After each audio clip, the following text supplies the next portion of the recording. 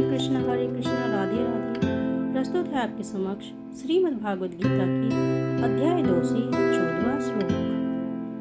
मात्रा स्पर्शास्तु कौन्तेय शीतोष्णो सुखद दुःखदाः आगमापायिनो अनित्यास्थांस्तितिक्षस्व भारतः। हे कुंती पुत्र, सुख तथा दुख का क्षणिक उदय तथा कालक्रम में उसका अंतर्धान होना सर्दी तथा गर्मी की ऋतुओं के आने जाने के समान है। हे भारतवंशी, वे इंद्रिय बोध से उत्पन्न होते हैं और मनुष्य को चाहिए कि अविचल भाव से उनको सहन करना सीखे। कहने का तात्पर्य है, कर्तव्य निर्वाह करते हुए मनुष्य को सुख तथा दुख के क्षणिक आने जाने को सहन करने का अभ्यास करना चाहिए। वैदिक आदेशानुसार मनुष्य को माघ से मास में भी प्रातःकाल स्नान करना चाहिए।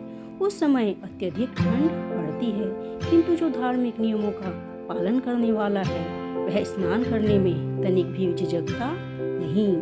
इस प्रकार एक गृहिणी भीषण से भीषण गर्मी की ऋतु में भी भोजन पकाने में हिचकती नहीं है। जलवायु संबंधी असुविधाएं होते हुए भी मनुष्य को अपना कर्तव्य निभाना होता है। इसी प्रकार युद्ध करना क्षत्रिय का धर्म है, अतः उसे अपने किसी मित्र या परिजन से भी युद्ध करना पड़े तो उसे अपने धर्म से विचलित नहीं होना चाहिए। मनुष्य को ज्ञान प्राप्त करने के लिए विधि विधान का पालन करने होते हैं, क्योंकि ज्ञान तथा भक्ति से ही मनुष्य अपने आप को माया के बंधन से छुड़ा सकता है।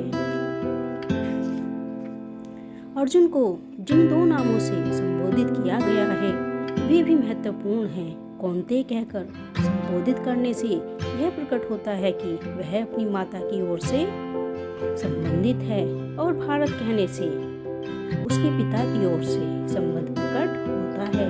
दोनों ओर से उसको महान विरासत प्राप्त है। महान विरासत प्राप्त होने के फलस्वरूप कर्तव्य निर्वाह का उत्तरदायित्व आ पड़ता है। अतः अर्जुन युद्ध से विमुख नहीं हो सकता। तो आशा करती हूँ श्लोक आपको पसंद आया होगा और श्लोक का अर्थ भी पसंद आया होगा।